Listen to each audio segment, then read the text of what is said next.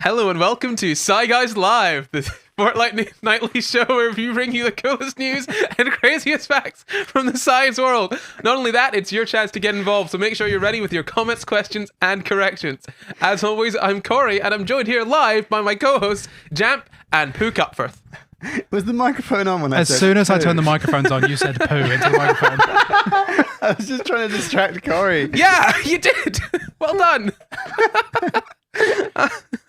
So at the start of this very professional show, why don't we move very quickly onto the stories and forget about what just happened? Huh? I would love to forget. Fantastic. Luke? Today, I would like to tell you guys about some UAPs.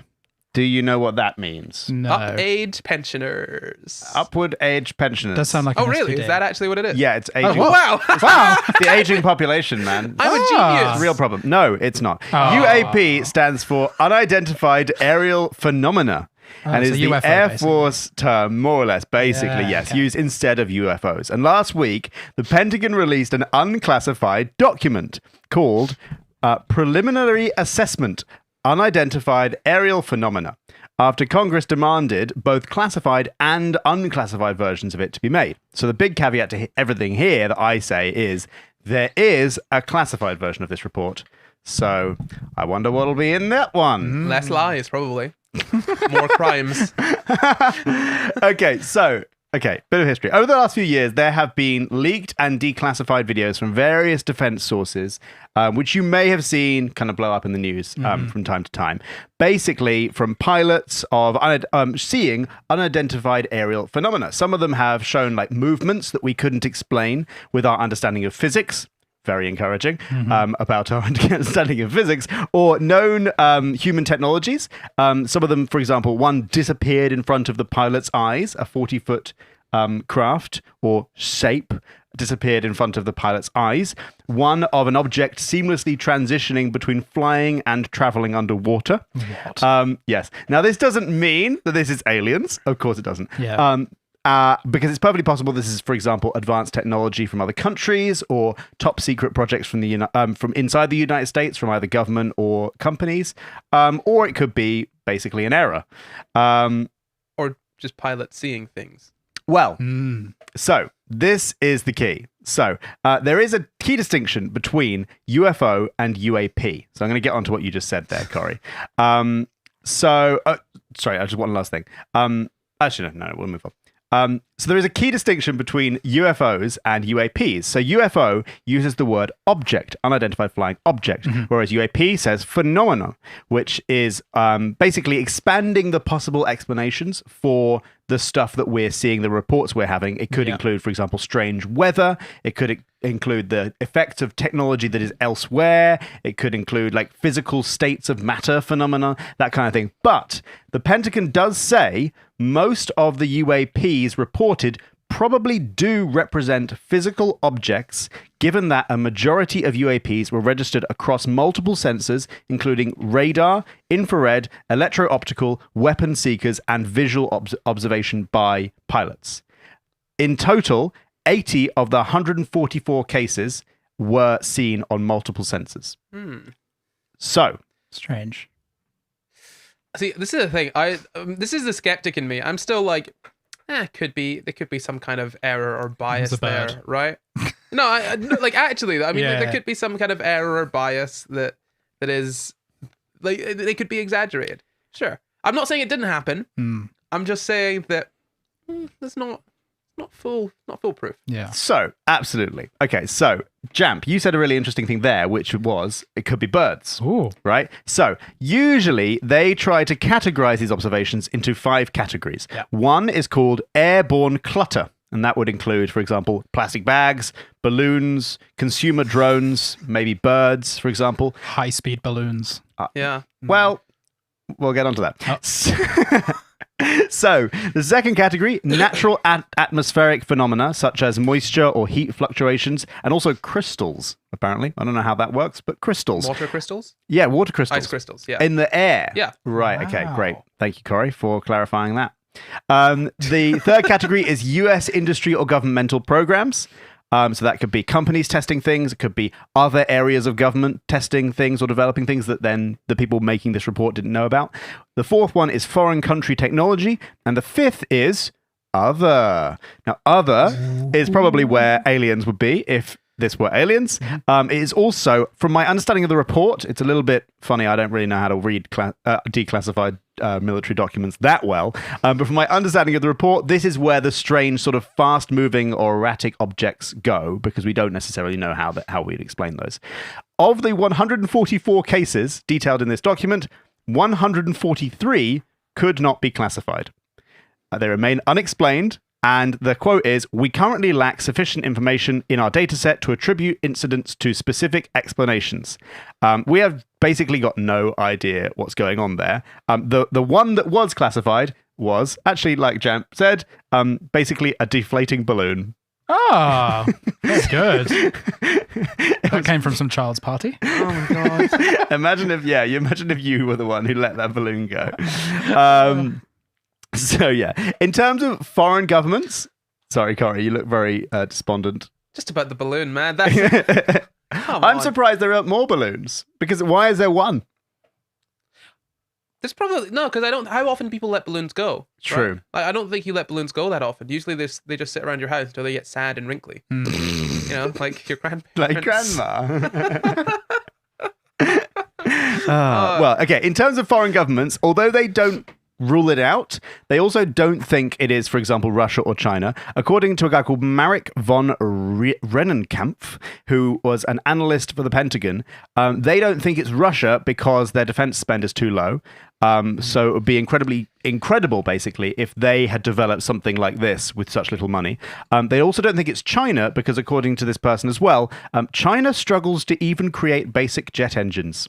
Oh. That's a very American thing to say. Well, supposedly, the majority... I mean, yeah, okay, so this is obviously coming from an American who worked in the defense industry. Maybe this person is biased against China. And Russia. But apparently, the majority of China's sort of developments in jet engine technology comes from basically spying and stealing the secrets of other countries rather than developing themselves. Again, I don't know if that is true, but this is what this person said, and it was in The Guardian as well, so I hope it's been fact-checked at least a little bit. Work smart, not hard.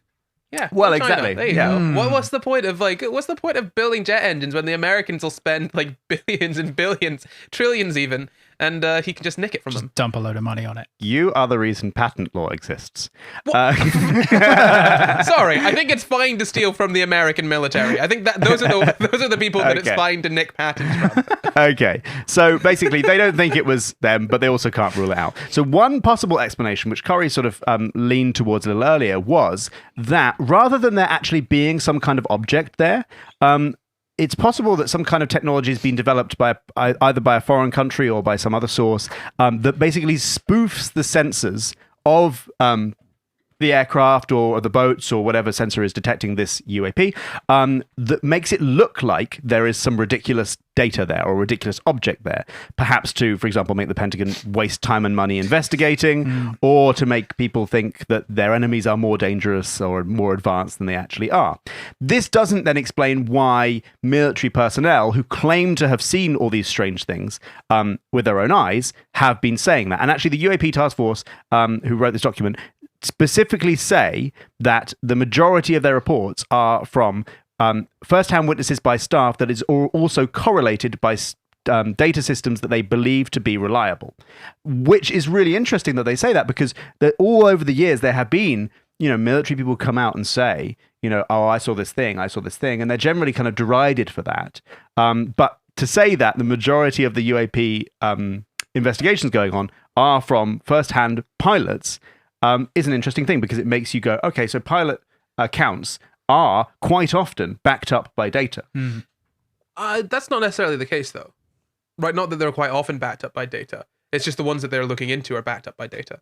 Surely there could be more accounts that aren't backed up by data. The majority, so like I said, the majority of the reports in this report were from first-hand sources backed up by data. Yeah, but is that all of the reports that are in there? Is that everything that's sort of been submitted?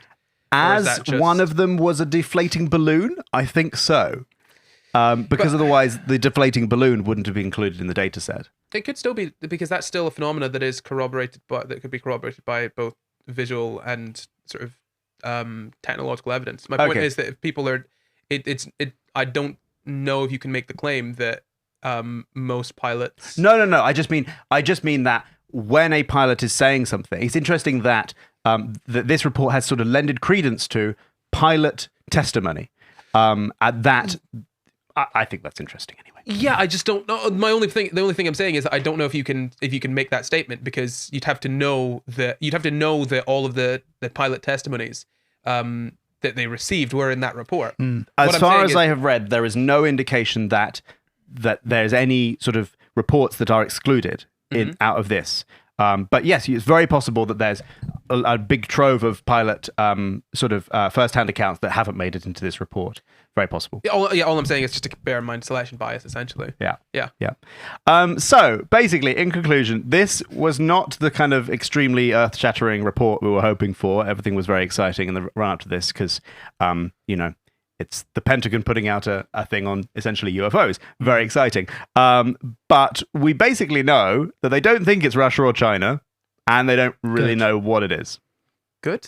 That's Good. some solid investigation right there. I mean, you rule out We've two ruled things. out two things. Yeah. Well, one of those things, two of those things are very big, right? True. Russia's got a lot of area. Yes. China has a lot of people. People, yeah. So yeah, there you go. You've already There you ruled go. out at least like 30% of the world. Just the rest of the universe to go. Yeah, there you go. We also know, as I sort of said at the start of the report, that basically the thinking is these are objects. They're not phenomena. They are physical objects. Yeah. And finally, there is a large capital letters thing saying UAP threaten flight safety and possibly national security.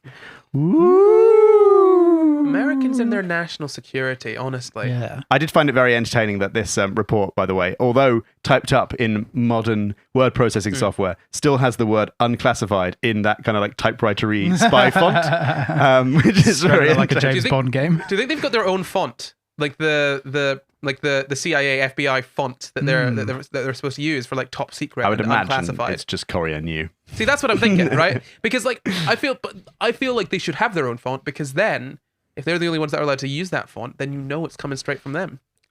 Because anyone could just I don't think so, but then Corey. they could crack down on anyone that's using their special font and arrest them. Oh, so basically, if someone puts out a fake document, you get them on copyright charges. Yeah, exactly. Like not Pablo Escobar. Like you take down drug lords on avoiding their taxes. Was that Escobar? I think it might be. I think no, I thought that was what's his name? The guy that died of syphilis in jail.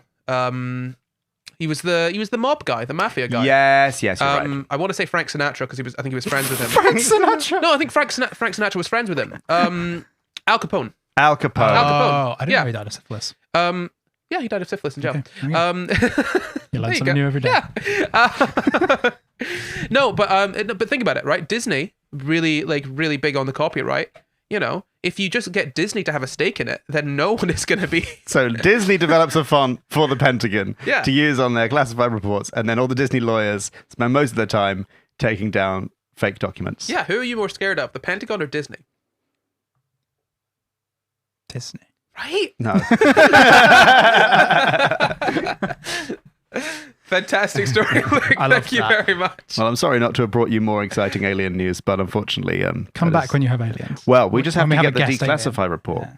Well, I'm sure True. we can get our hands on that, right? Yeah, and then we catch a UFO. Sorry, classified. Yeah. Yeah, just get a net and a plane, and Yeah. that's all. Yeah. That's all you got. Jam, you got a story for us I love today? that. I'd just like, before I start my story, executive producer Ashley is in the chat. Hey! Welcome, Ashley. We see you. We see you. What was that thing we did recently where we were asking if one of the characters in your story has an executive producer, and we were saying it was Ashley Moore? It was in one of these Sci Guys episodes recently. I think it was your dude who was injecting himself with blood and vomit. Oh, Oh, the yeah. yellow fever Yeah. man. Yeah. Yeah. Yeah. I He love had an him. executive producer. I've got to do something around here. My story is about making food. Making food specifically from air What? Ooh. and electricity. What? That's all you need. What Men in Not Black really. stuff is this? That's kind of what plants do. Yes, It's just slightly dissimilar to what plants do. Yeah, true. Yeah. exactly. However, this food is not for humans. It's just like This- plant food. This food. We're 3 vegans. Well, the plants make it for themselves, you know? Yeah, that's That's true. true. This food is for animals, specifically the animals we feed to eat. Not us, See, but why? humans. Why don't we just make it for humans? Cut out the middleman. Well, That is this is what basically I'm gonna the entire vegan argument in one sentence, Corey. Hasn't worked so I'm far. going to tell you, this is how the story is going to end. We're just going to come back to that exact sentiment. So deforestation is a thing. We chop down lots of trees, a lot in the Amazon, to plant soya crops that are rich in protein. So we can give that soya to animals, grow the animals big and strong, and then we eat the animals. Chop them down and eat them. Yeah, we get all their protein. Deforestation is a very inefficient use of land, as you might know, and it's generally harmful for the environment. Say it louder for the people at the back. Yeah. It's generally really bad for the environment and the Too loud. It's too loud. and the ecosystems Yeah. that they affect. So there's this new way of making food for the animals. The basic gist is this: you take a source of energy, you apply it to some carbon dioxide. You then the carbon dioxide then turns into a chemical that is edible bacteria that such as formate, I think it's called, something like that. You then grow the bacteria, make it rich in protein, and then bon appetit. You have some food. Sorry, there's a leap here where Edible the for bacteria. edible for bacteria, Yeah. not Yes. turns into edible Edible. bacteria. Well, I mean, in a sense, it does turn into Well, edible. the animals eat it in the end. Yeah, So it yeah. is edible. I mean, look, here's the thing. This is a great headline. I Yes. love it. But I could do the same thing with, guys, I just made food from air. I just planted a seed Yeah. and it grew potatoes. Yeah. Wow, I amazing, made right? food from light. Yeah, I made food from air and light. Like, wow. I made it from this sun, the energy source that's just, yeah. No, I mean, it's really cool. But also, I love how This is basically just that. We've Yeah. basically just made photosynthesis. yeah, But for but bacteria. we've compressed down the amount of land you need to make it. That's really So cool. at the moment, this allows us to produce the same amount of protein for a tenth of the total land use. Whoa. Yes. Oh my God. There are actually companies that are currently doing this. I'm going to butcher this name. Callista is currently producing animal feed from bacteria. I would say the only problem is that their energy source comes from methane, which is derived from fossil sources. However, the future of this technology, But that works though, because if you could feed it, you could feed it to cows, and the cows produce methane. You could Fart it capture out. the methane from cows, Yeah. and then you could feed it back to the. that's Wow. true. It's a food cycle, cycle. circle of Yeah. life. Then the cows are eating their own farts. Yeah, that's fine. Well, it's Well, that's more of their nice. belches than their farts, really. Oh. Yeah, so it's okay. It's less disgusting. They don't care anyway. No, they're going to be No. killed at eating this. That's I true. don't think they can have much of a That's say. true. This is where this ends up anyway. So the future of this technology is solar power, as we were just saying. Dorian, I'm going to butcher the name again. Dorian Ledger at the Max Planck Institute of Molecular Plant Physiology in Germany says this could be very beneficial to the impacts on the environment. If you have 10 square kilometers of soya bean fields in the Amazon, hypothetically, you could take 1 square kilometer of solar panels and reforest the other 9.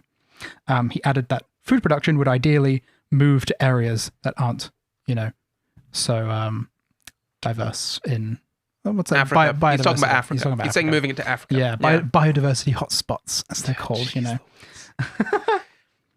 This, Um, no, yeah. go on. There's another company, Solar Foods, in Finland that have plans to open the very first food production facility that will run this with solar panels in 2023. But how does this compare to conventional farming? It's weirder. Well, Generally much weirder. Yeah. yeah, I mean, it seems to be more.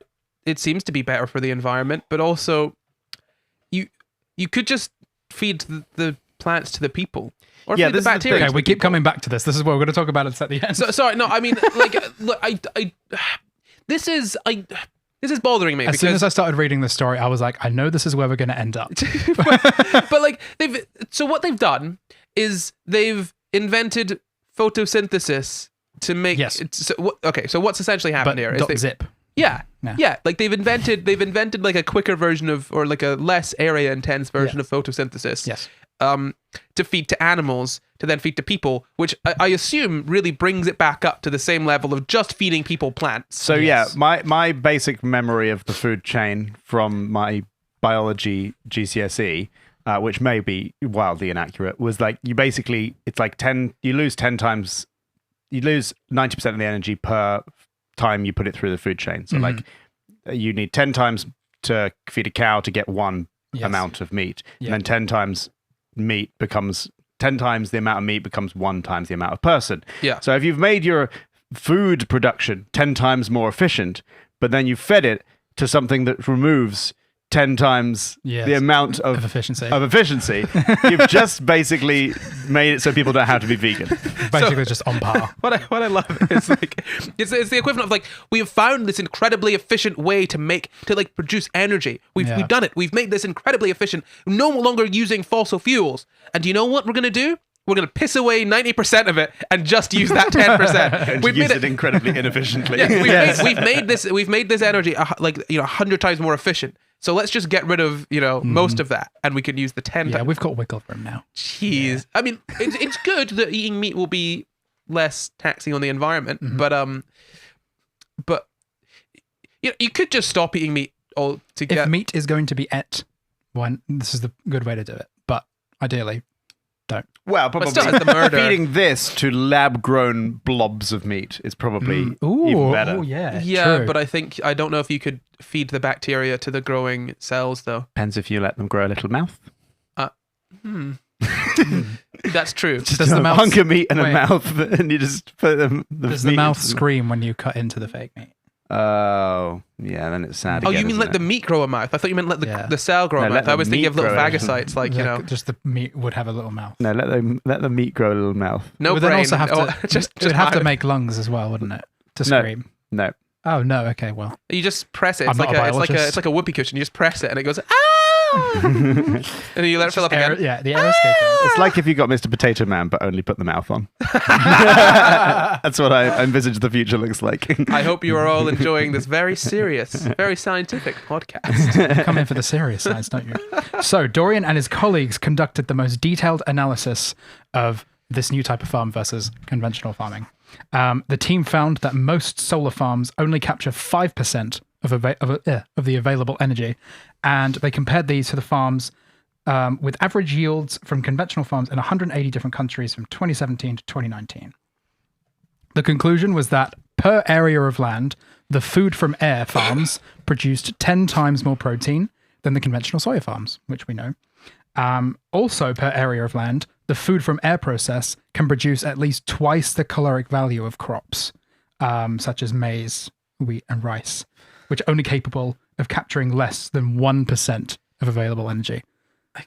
I mean, again, I'm sorry to bring it back to it, but the fact that they're using soya, which is like one of the main sources of protein for vegans, just feed it to people. Just give it to the vegans. So why can't you feed? Is this like a FDA approval thing? Why can't you feed it to people? I don't know. There's no mention of why we can't feed it to People people. don't want to eat bacteria, man. Yeah. But they're eating bacteria when they eat meat. Okay, put it this way: corn, right? Yeah.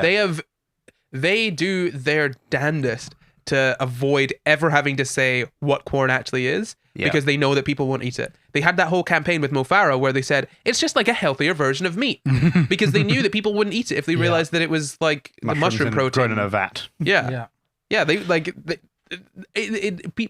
biggest issue, and like this is having looked into lab grown meat and all of this, one of the biggest issues with making these things is trying to make meat eaters eat it, because meat eaters don't want to eat, like consumers don't want to eat anything that isn't meat, essentially.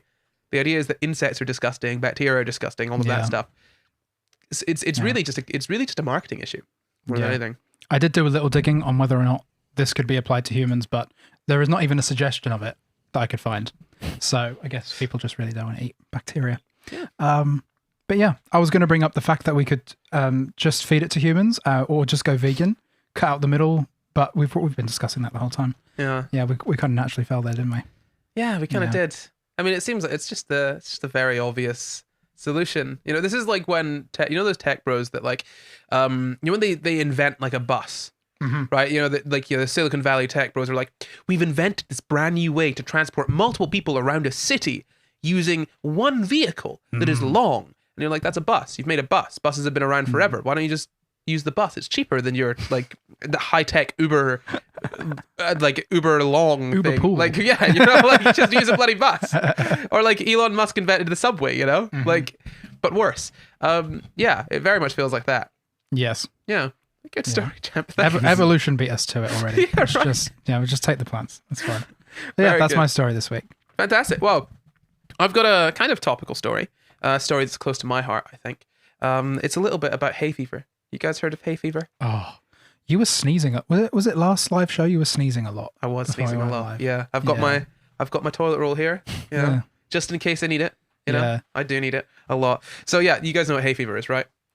Vaguely. Yeah, it's basically an allergy to pollen. To Yeah. do with pollen, Yeah. sneezing. You guys have hay fever I at have it all? very badly. That's all I know. I like to really? not think about it. Really? I didn't Yeah. hear you sneezing last week. I don't know if. I'm built different. I simply say no to the pollen. Say, no, thank you, not today. No, I do. I'm sitting here with my toilet roll on the desk because I need it, and you're like, Yeah. oh yeah, I've got it real bad, bro. Yeah. You know, I've got it real bad. Just say no. Hadn't tried that. Well, no, there might be another way of dealing with it. So, have you guys noticed that hay fever is worse this year? I've seen a lot of people say that hay fever is worse this year. I noticed it earlier, Mhm. but the people around me I've noticed are sneezing more than ever. So Yeah. yes, I have noticed. Yeah. Yeah. So, don't give me that look while you say that to me. I have been Not just sneezing a lot. you. Okay. Not just you. Okay. Loads of people. Yeah. So, essentially, I found two sort of explanations for this that are completely conflicting. So I don't know why. I'll give you the two explanations. So this one is from an interview in Cosmo from Dr. Naveen Puri. She's an associate. Yeah, they're an associate clinical director at Bupa Health Clinics. So essentially, what this person has said is that being inside so much might have sort of increased people's sensitivity to pollen. You know, sort of decreased their immunity to it, and so they've got they're reacting more. Now that sounded interesting, but there is a nurse from the NHS who had an interview with the BBC, Holly Shaw, who said, who's the nurse advisor for Allergy UK. She said that it's probably just people focusing a lot more on it, and it's got nothing to do with increased sensitivity. Why would we be focusing more on it? Just because like, More you know, free time. Yeah, we've got more free time. We've been it's been particularly bad for it because of the winds, and it's the right season and temperature for these plants to release the pollen that people are allergic to. So it is sort of it is like the sort of classic time for it to be really bad, but it is not necessarily any worse than any other years, you know? And yeah, it's just people kind of generally perceiving their symptoms to be worse and then trying to find some kind of reason for it. So it could be either of those things. It could either be that we've got some, like we've lost some kind of immunity to it. We've lost some kind of immunity to it by not being exposed to it as much, or it could just be people perceiving it to be worse. Being snowflakes. Yeah, being snowflakes. That's what I was thinking. Yeah, a little snowflake. Yeah. So Toughen up. that is not the sort of main focus of my story today, though, because I found this study from November 2020, which is actually really interesting. It's something that I've been doing myself just because it at least makes me feel better. So this is a study basically looking at whether masks can help with hay fever symptoms. So obviously, what with the pandemic, we've all been wearing masks, or at least I hope we have, haven't we? Have we? Have we? We have, right? We were meant to. Yeah. You know, like big Yeah, party I'm masks, joking. like a Of course I gorilla mask, you know? Yes, yeah. Right? Yeah, no. Yeah. So wearing like sort of your N95s or your surgical masks, looking at whether they will help. So pollen is 10 to 100 micrometers wide. Pollen grains are usually about that big. And obviously pollen is what triggers your hay fever and makes you feel sneezy and wheezy and die. In my case, like I cannot breathe sometimes, genuinely. Yeah. So the thing is that normal surgical masks filter things that are bigger than 3 micrometers, and N95s filter things as small as 0.04 micrometers. So obviously pollen grains are bigger than that, so they can filter pollen grains a bit. So they essentially they basically did this study in Israel at the sort of start of the pandemic, sort of April time, which is a really, really bad time for hay fever in that specific area. So they looked at a bunch of nurses who were already wearing masks, and they had them wear one set of masks for 1 week, and then a different set of masks for another week, and they basically did interviews with them to see what their symptoms were like. Hold on, I need to cough because of my hay fever. Intermission. So they had them wear those masks and like swap them out, and basically report what their symptoms were like. So they essentially, it was really interesting. What they found. So they looked at 18,024 nurses. Over 80% of which were women, by the way, which is just a little interesting tidbit. Are 80% of nurses women? I honestly don't know. Okay. Probably around about that. Yeah. Yep. And so they had 301 that actually had hay fever. Women are actually 90% of nurses. So wow. men were overrepresented in this study Yeah. of nurses. I mean, they may not have been when we looked at the hay fever sufferers. Ah, Yeah. I don't have numbers on that. More They don't say snowflakes in nursing than just man flu, right? Like, so they had 301 of those 1,800 had hay fever. So they said that they had hay fever. So essentially, what they did, they found that what was it? They found basically there were 250 nurses that they had to use both types of the face mask, one for like 1 week each, and apparently 42% of them said that the symptoms of hay fever decreased significantly when they were wearing a surgical mask or an N95 mask, when compared with not wearing a mask at all. And then they looked at a smaller group of nurses who used surgical masks exclusively. That was 47 of them. And they had an improvement in mild symptoms. And there weren't many changes in the more severe sort of respiratory symptoms. And then they had some that used N95 masks exclusively. That was 39 of them. And they had a really strong improvement in all of the severe symptoms, but not a huge improvement in the mild symptoms. Okay. Right? Confusing.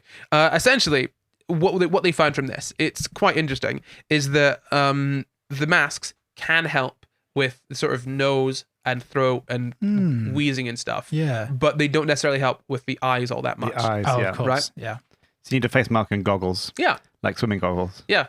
I was out in a park yesterday, and I wore sunglasses can help, like wraparound sunglasses. Yeah. So I was in a park the other day, and I ended up wearing a mask and sunglasses, and oh boy, it was great. Pretty cool dude over here. Yeah, well, no one could, no one knew Oh. what my face was doing. Oh. Yeah, so I would make a joke, Oh. and I'd smile, and they'd be like, why did you say that? And I'm like, it's a I'm smart. it's a joke. No, you've covered your eyes as well. It's actually this. Wow, I absolutely cannot tell what Corey is thinking. Yeah, exactly. But you forget, right? You forget that your face is completely covered. So, it can help apparently. And they've got some different ideas for why this might be the case, So obviously it could be the fact that it's stopping the particles hitting your sort of mouth and whatnot. And the other sort of explanations are basically to do with the temperature and humidity in the masks, which can kind of like help you when it comes to like your nose, sort of how your nose deals with sort of allergic reactions. And then on top of that, because it was a pandemic, people were being told to not go outside, essentially. And so if you're Yes. staying at home and not going outside and meeting people, you've probably got less exposure to pollen. So it could be any number of things. It could be any number of things, but the fact that the symptoms of the eyes didn't really show a huge improvement, kind of gives the idea that masks can help to some degree, right? It's very good. Yeah, and so this is a quote from them. So they say our results reveal that face mask usage may reduce allergic rhinitis symptom severity in chronically affected individuals with intermittent disease, and that's a key point as well. So they looked at people that have got they looked at people that had sort of intermittent symptoms and people that had more sort of consistent, constant symptoms, and it generally only helped the people with intermittent symptoms. But still, it is pretty cool that wearing a mask can not only potentially help you with, not getting a virus, it can also help you with a little bit of hay fever, maybe. This is going to sound so silly, but I forget that pollen has a physical size. Right? because you can't see it. So in my head, it's like a concept. Yeah. Pollen is a concept. Yeah, I get you. And you forget that you can just put something that it can't get through. See, this is That's the thing. I had no concept for how big pollen grains were when I was looking at this. So I was like, I mean, I know that pollen is bigger than a virus, but can it be stopped by a mask? I don't even know why that was going through my head. Like, of course, pollen should be able to be stopped by a mask, but like, does it make sense? Can it stop enough of it? But yeah, and obviously the virus is carried on water, is carried in particles of water in the air, so that's why it's like, can it be stopped by that? Yeah. And this is the thing. So basically, this study has said that there's decent enough evidence. There's some evidence to suggest that wearing a mask could help hay fever symptoms. Obviously, we can't definitively say wearing a mask will absolutely help you, but if you've got pretty bad hay fever symptoms, it might be worth wearing a mask. That's really cool, especially as it will not look weird. No. Like, if you were wearing a mask for hay fever 2 years ago, it would look pretty weird. People would be like, what are you doing? Are you a builder? Are you a carpenter?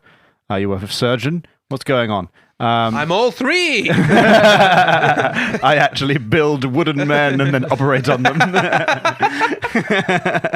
But nowadays, like, you'll totally blend in, and you'll be doing it not only to protect other people, but also to protect yourself. And no one will know about the wooden men that you build and operate on. The perfect crime. Yeah. Great story. That is my story for this week. Yeah, try wearing a mask and see if it helps your hay fever. And also, I don't know, cover your eyes. Yeah. Apparently you can see pollen. Stephanie in chat says it covers our cars. No, you can't see individual pollen. You probably can't see individual pollen grains. Yeah. You'll be able to see the clumps of pollen. Yes. And there might be some pollen grains that you can see, but there are also pollen grains that you can't see. Yeah. Yeah. Very good. Yeah. Okay. Yeah. Yeah. Yeah. Yeah. Yeah. Yeah. Okay. Good. So that's a great story. Is that the segment done? Good. Why don't we move on?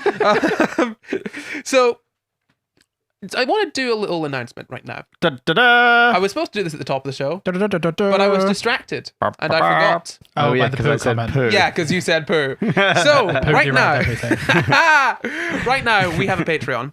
It's what keeps this show running. It's the reason that we can do Sci Guys Live. Actually, this show that you're watching right this very minute, and we're very close to reaching a goal on Patreon. We're sitting at 196 patrons right now. Wow. Wow, Yeah. that's so many nice, lovely, supportive people. So many. That's more than I was expecting. It is, right? It's a Yeah. lot, but it's not enough. Oh, It's never enough. yeah. It's never enough. When Corey will has it be enough?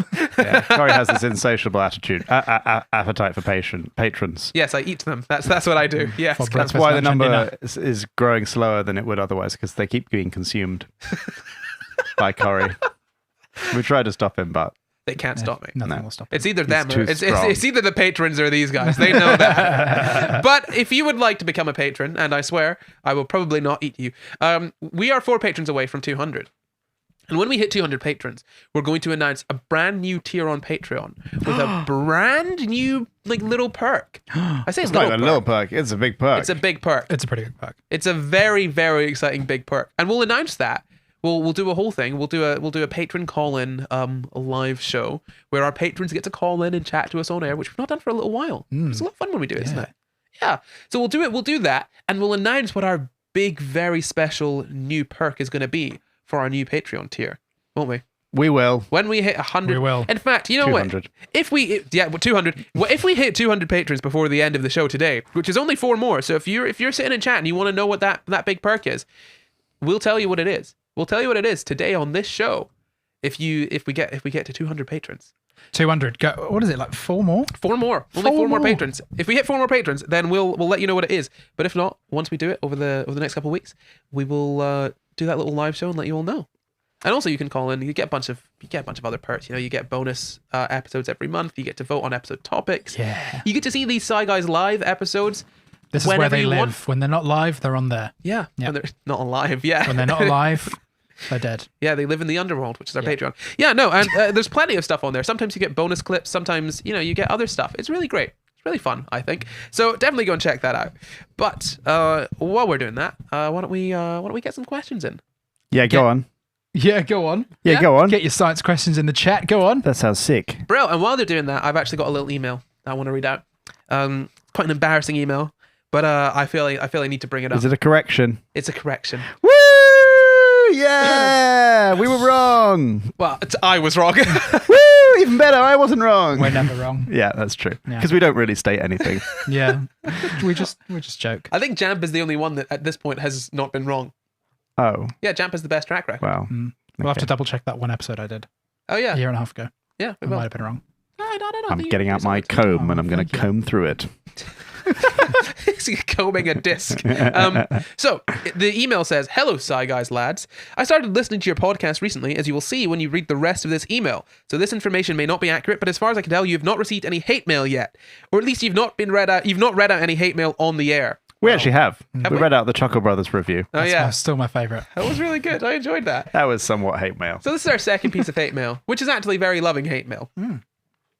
So it goes on to say, or at least you've not read out any hate mail on the air. I'm seeking to change that. Hate mail is good for growth and character development. Hang on, is this person joking or do they actually hate you? No, I think they're listening to the whole show from the start. So I think, unless They they're hate must listening. loathe us. Yeah, wow. They might be hate listening. I mean, our patrons really loathe us then. They must despise us. Because they get so many extra episodes. Yeah. Ugh. So it says, in episode 11, this is in all caps, but I won't shout it to you. Okay. Just imagine it, okay? In episode 11, yes, I've got a lot of catching up to do. The spider goat one, Corey said that the T base in DNA is called tyrosine instead of thymine. It is actually called thymine, not effing tyrosine. You know, school children are relying on you three to pass their GCSEs, right? Irresponsible effer. Now, here's the thing. School children, don't rely on us to pass your GCSEs, please. Don't do that. But also, yeah, I said tyrosine instead of thymine. I don't know. They're very similar words. Tyrosine. Base. No, not base. What's the word? Amino acid. Irresponsible science communication here. from Bad, I Corey. know, right? God, getting my nucleotides and my amino acids mixed up. Yeah, I probably misspoke, to be honest. Or I'm going to need to review your contract. my contract. Yeah, contract. We have a contract? Yeah. Is that what you made me sign with blood? Signed in blood, yeah. Oh, wow. Exactly. Yeah. I should really read those things Yeah, you first, really right? should, yeah. It's whenever anyone tells me sign in your blood, I'm like, okay, cool, awesome. One mistake Yeah. off the air. I mean, that's how I made that deal with the devil. Yeah. Yeah, and that's how this podcast started. Me and Jamp are not the devil. No, you're just his subjects. No. Oh, okay. So the email then goes on to say, okay, that was your hate mail. Hope you enjoyed it. Aside from this one minor detail, which I decided to point out in the interests of people studying for their GCSEs. Is that even a question in GCSE? It is actually, yeah. Oh. No, I do. Okay, Whoa. right. No, come on. I do love the idea of someone sitting their GCSEs being like, I'll forget everything my teacher taught me and think only about what these three silly men on the internet said. Hey, that's probably how I would have done my GCSEs if I had Sci Guys. Yeah. How did you do in your GCSEs? I did all right in my GCSEs. Yeah, But I didn't have us to listen to. Had I had us to listen to, I would have done dreadfully. Because Damn I it, me messed from the up future. the thymine thing. But at least you'd have had laughs. Yeah. Yeah. Yeah. Yeah. So the email finishes saying, I really love your podcast and I look forward to listening to every single episode. I regulate my listening because otherwise I would listen to the podcast literally 24/7 and my family would worry about me. You're all very funny and surprisingly, I have even learned things. Love, Surprisingly. Jack. I love that. thanks, Thank you, Jack. Jack. Thank you very much. Is there any Jack. way we can go back to that episode and just like get the TikTok woman to go, thymine, or whatever she needs to say to correct it? we could re-upload it on No. what? Don't re-upload it. It'll be in the wrong order. No, we could re-upload it on for the podcast. We could re-upload the I audio could just version. replace the audio. Yeah, but that's what I mean. YouTube video is going to be there forever. Yeah, Sorry. the YouTube video is stuck, but Tragic. yeah, the podcast We'll can have be to changed. hack YouTube. Yeah. That should be easy. Yeah. Just get Susan Wojcicki on the phone. Hello, Susan. I'd like to hack your employer. Yeah, And she's like, okay. yeah. That's how it works, right? That's how hacking works, Corey. Yeah. I have done many hacks in my life. Yeah. Yeah, right? And they all start by ringing the person you're hacking. I just asking them for the thing. It's like that time that I hacked into, the British government by calling them up and asking for something. And then I got it. Oh, we're not about to talk about that? No. Oh, I'm sorry. If you're watching British government, no, you aren't. If you're watching, check our latest NHS episode and get that one sorted. Sajid Javid has entered the chat. So, have we got any questions? Have we got any questions that have been So we have a question here that says, one that's very close to my head. Okay, I know this may be strange, but can we talk about hair color? Why is red hair less common? I think it's just because it's a recessive gene. Yeah, it's a recessive weird mutation that's only present in some populations. Just look weird into that. It is weird. As a in bit strange. abnormal. Yeah. As in the way that the weird is used to name the quark. Yeah. Sure. Okay. Yeah. If that makes you feel bad. No. It's a sort of it's uncommon because it's recessive and it's a mutation that's only arisen in particular population. Really. Yeah. Yeah. I found out fairly recently that there are Asian people with ginger hair, and I found that fascinating. I didn't know that. Yeah. Naturally. Yeah. I did not know that. Yep. Really cool. Wow. I think it's a very coveted hair color over there Cool. in I think Japan maybe. I don't know. I think so. Interesting. Yeah. Any more questions? How do blood moons happen? I don't In know specifically. Zelda. Oh yeah, that's Zelda, where they they- bring the Bring all the people Yeah. back. yeah. I honestly don't know what a blood moon is. Is it when it goes I red? think it must be when it goes red, right? I don't know. Probably the sun. I heard it's something to do with the sun reflecting off dust. of Yeah. the Right. earth. Yeah, sun I think that's what it is. Yeah. Yeah, the moon reflects sunlight. So if the moon turns in color, it's just the sun. Do you not remember the blood moon, Corey, in London? Remember when the room was really orange, and then the sky was orange, and everything was orange for a bit? Yeah. That was like 4 years ago or something. Is that the moon that we went out to try and find, or is that a different moon? No, different moon. That was before. I think it was before I knew you. Okay. Oh no, I think I do remember that then. Yeah. Yeah. Those were the days. Yeah. Any more questions? When we didn't know each other. But we didn't know each other. Oh, amazing. Any more questions? Autumn asks, how much does it cost to become a patron? Thank you for your science question. I'll Oh. scientifically answer it. Click the link in the description. There are different tiers. There's a $1 tier? You're You're going to need to correct me. There's a $1 tier, a $2 tier, a $5 tier, and a $50 tier for our executive producers, who we're very thankful for. Yes. But you can also sign up without a tier, or have any really give any amount that you want. But yeah, the lowest is $1, and you still get some really cool stuff for that. Yep. Yeah. There you go. So patreon.com/Sci Guys. Link in the description. I've got a second piece of hate mail for you, specifically targeted at Jamp, who has just lost his status as no. never having Have I been wrong? disseminating misinformation. I've been wrong. I've done it. So, blood moon is caused when the Earth is in the moon's shadow. Sorry, the moon is in the Earth's shadow, and then a small amount of light from the Earth's sunrises and sunsets falls on the surface of the moon. Because the light waves are stretched out, they look red. When this red light strikes the moon, its surface also appears Redshift. red. That makes sense. Wow. Well, Nothing to do with dust. I've fallen victim to there was misinformation. also the orange thing in London, which I think was to do with dust. I think Oh, that was. But Yeah, that's not what a blood moon is. That wasn't just the moon. Everything was yellow. Yeah. That was the Yeah. whole sky was and the whole Yeah. street was orange and yellow. Oh, that was crazy. Yeah. What a great time we've had with this world, this planet that is just crazy, isn't Yeah. it? Any more questions? Let's have a look in the chat. Couple more. Why are humans almost furless? There's a few ideas for that. I heard one that I don't really think is that you should believe. Is that we evolved to be we started evolving to be aquatic again and then moved out of it. But no, I think it's Wouldn't be able to go down a water slide. So true. Thank no. God. I was watching a video on this the other day.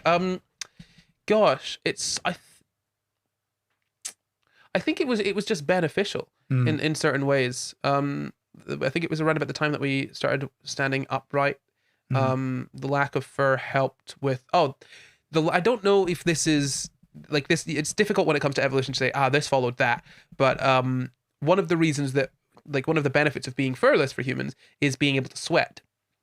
And sweating provides you an advantage when it comes to long distance running, because most animals when they're running, the way to cool down their body is to pant, and you need to stop running in order to pant, whereas humans don't need to stop running in order to cool down their body. They can continue running and sweating, and actually running can aid sweating because it sort of it makes that sort of evaporation happen, can make it happen quicker because you're running.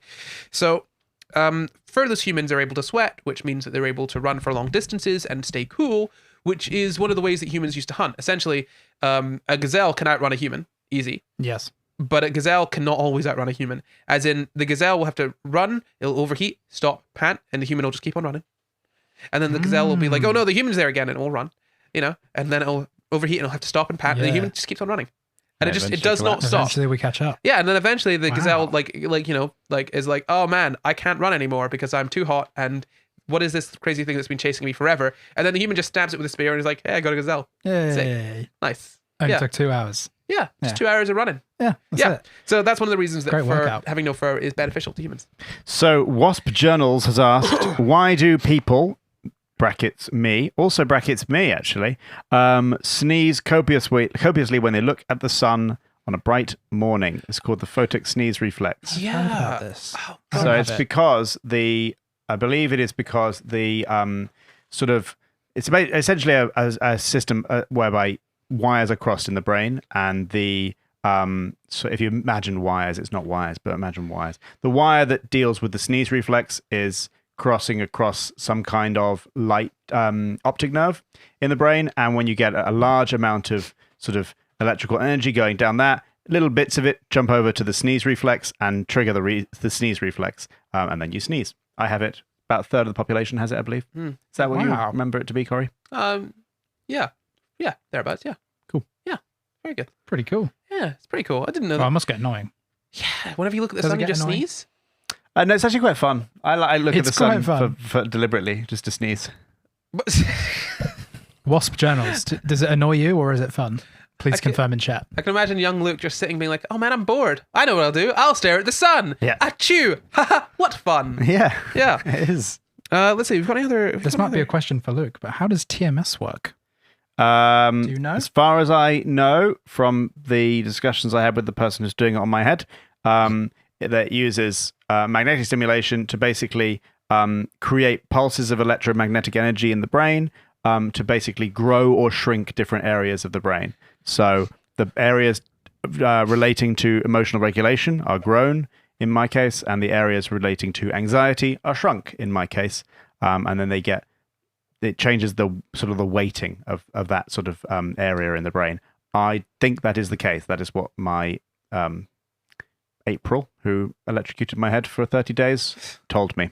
So I've got one here that says, "How can we hear a whole orchestra at once when our ears just pick up vibration? Surely it would be too many sounds to pick up." So the interesting thing about this is that you're thinking about these as individual vibrations, but what happens when you hear an orchestra is all of those vibrations are basically kind of it's turning into essentially like one sort of set of vibrations, if that makes sense. Yes. Which is the reason that records work, right? And record Yeah. players, like a record is amazing. It's essentially just recreating vibrations using the needle on the record. So you can recreate basically any sound if you recreate the exact correct vibrations. Yeah. You can't think of them as being sort of separate sounds make separate vibrations, because what a sound is, it's just a vibration, which is just like a sort of pattern of air sort of pushing against itself and then coming back from that. Yeah. So vibrations can mix together, and that's essentially how it works. The vibrations Yeah. have mixed together and become sort of one vibration pattern, which you hear as the sound of an entire orchestra. It's the same with headphones. When you're listening to a song in headphones, your headphone's not playing every individual instrument as its own thing. It's doing the aggregate of all of the sound Exactly. waves. Yeah. But then I believe your ear, past the eardrum, the vibration then vibrates lots of different bones and gets turned back into different vibrations of different frequencies and gets separated again. So like, yeah, you're not, and then your brain must be able to then pick out, okay, there's a violin playing that, because that's the weird thing, isn't it? It's because like you receive this one signal that's just vibrating, but then your brain is able to pick out separate things again from that one signal. And I believe that will be at least part the brain, and then part it'll be the these bones where like they resonate at different frequencies to separate the sound into different frequency layers. That's really interesting. Yeah. Yeah, really really cool. Yeah. Very cool. Yeah. Brains are cool. Ears are cool. I really honestly think sound is incredibly interesting. I think that we think of like sound as a concept is just hearing sounds is obviously very helpful. Yeah. Like, like we've all seen A Quiet Place. Hearing sounds can be very useful. But I think that human speech, we don't think about it quite enough, because there's so many different languages, and really it's just making little vibrations in the air with your mouth and and all that apparatus. But it creates ideas in someone else's head. Yes. Which is insane. You just vibrate some air. It's just like, hey, look, I'm going to vibrate some air right now. I'm going to move my little lips. Yeah. Translates into a Stop concept. vibrating the air. Hey, look, No, I'm going to Nope. make you think of things. no, don't make me think Elephant. of things. No. Now you think of elephant. Oh. Sci Guys. Oh, Sci Guys. You have concept of Sci Guys in your head thanks to my vibrations. And it's even cooler because I can make my vibrations into this microphone, which then turns it into electricity, which then goes through the magic of this desk, Yes. through the internet, and then Out of your speakers. where Yeah. it takes the electricity I find that and so turns it into freaky. sound again, and I'm making an idea in your head from like the electricity in my brain to the sound to the electricity to the sound to your brain. It's wild. There's like what I find so freaky is that we've essentially set up this like ludicrously complex long distance what's the word causal causality between what my voice box does Yeah. and what someone's headphones do. Yeah. Like what number one, why have we done that? It's so weird. But like it's incredible, and it's just happening all the time. It always also freaks me out, like when like Happens quickly as so for well. example there's a causal link between my dad deciding to move to Sheffield and me sitting at this table doing Sci Guys. There's a causal link between Jamp deciding to move to London and this person sitting at their desk right now, whoever's watching us right now. Yeah. There's a causal link between Corey working in a specific bar in Camden and us sitting at this desk Yeah. right now. Very strange. So freaky. Very strange. So freaky. It's very strange. What is crazy is phones doing that both ways. You can have an in real time conversation with someone that is anywhere, really, Yeah. anywhere, and you can have a conversation back and forth with your little sound boxes. It's mental. I hate that. I don't believe it. You don't believe it? It's all fake. Phones are fake. I actually know this makes sense. Phone Right? just simulates Corey when I want to call. This is the thing. I think phones genuinely are fake in that you can talk into a phone, but the other person isn't hearing it. Yeah. They're not at all. It's just sheer luck and coincidence that Yeah. no one has noticed yet. Yeah. They just make random noises. That's Yeah. what happens. I do not believe that. Phones are fake. Yeah. That's the new I believe conspiracy. it. I believe it. Yeah. So maybe one Gonna more sue question. Apple for fraud. Maybe one more question to finish this off. Oh, okay. It's not a good one. Apparently, correction. Uh-oh. Maybe. I don't know. This is from someone in chat. I may be wrong that it's little bones. It might be little hairs in the ear. Might be little hairs, not little bones. So there are bones in your ear, and there are also, so the way the ear works is there's little bones that vibrate, but there's this twirly thing which has got, I think, a fluid in it and really fine hairs as well, which sense the vibrations. I think that's what I was talking about. Yeah. But I said bones. I should have said hairs. Yeah. Thank you for the correction. Do not necessarily believe things that they recall from memory. Do your own research. Is that what the comment says? No, that's what I'm saying. That's what Luke Oh. says. Yeah, Okay, good. that's what Luke says. It's true. Yeah, no. If we recall something from memory, we can be incorrect sometimes. But then so can everyone. Don't sue us. Or maybe do. Yeah. Why don't we get one more question in? One last one. How do COVID tests work? Ooh, good one. Yeah. Very uncomfortably. Yeah. A PCR test, I assume, because it's PCR, will just find bits of the viral DNA and then amplify them. Or is it Does not DNA? bind to them. I thought it bound to them. No, so that's a lateral flow. Is that So a PCR oh, test, right. a PCR test, which is the one that you send away for, which is more accurate. Yeah. The way that PCR works is essentially it amplifies DNA. So you amplify the DNA, and if you then like sort of sequence it and you find this is COVID DNA, then you know this person's probably got COVID because there's bits of COVID DNA inside of them, right? Whereas the lateral flow test, so I haven't looked into this specifically, but I remember reading about it before they brought them out. It's probably kind of similar to how pregnancy tests work. Essentially, there will be something that binds to the COVID proteins or something on the outside of the COVID or anything along the Crown spikes. yeah, it's something like that. And it gets dragged up the sort of testing strip, and then it gets what is the word? Stopped. Let's say it gets stopped or slowed down at these certain points. Yeah. And if it slows down at that point, you can see that it shows up on the test and it gives you a positive. But the reason that the lateral flow tests have so many false positives and false negatives is because they're just not that accurate. They're very easy to not like sort of they're very easy to sort of like for them to not work properly. And there are other things that could bind to there are other things that could bind to it. It's probably not as specific as we'd want it to be, but they are a really good way of like very quickly being able to find out I should get a COVID test or I'm probably fine. You know? Yeah. I should get a PCR test, or I'm probably fine. And that is how COVID tests work. So I think that's it from us today, isn't it? I think so. That sounds like it. Yeah. We've got a new episode coming out tonight, don't we? We do. Yeah, what is the episode we've got coming out tonight? Sadly, Quite a traumatic episode. yeah. Oh, it is. God, I actually forgot. Yes. Yeah. Luke was on holiday for this one, Yeah. so sadly you won't be there. But watch it anyway. But we have the fourth Sci Guy in. Yeah. Yes, it's about PTSD. Yes. Noah Finch joins us for our patron voted PTSD topic. Long awaited. The long-awaited, yeah. They've been voting for it for ages. So again, if you want to join our Patreon and vote for topics like that, you can, patreon.com/Sci Guys. But let's check out that episode tonight at 7:30. But I think that is it from us. Anything else you guys want to add? No. No? Okay. Absolutely not. No. Well, goodbye. Go watch the episode. Yeah. Well, not yet. Not yet. It's not out. Wait. 7:30. Wait a few hours. Yeah. Goodbye. Thank you very much for joining us. We hope you had as much fun as we did. We'll catch you next time at the next Sci Guys Live. Bye-bye. Bye. Bye. Don't say that.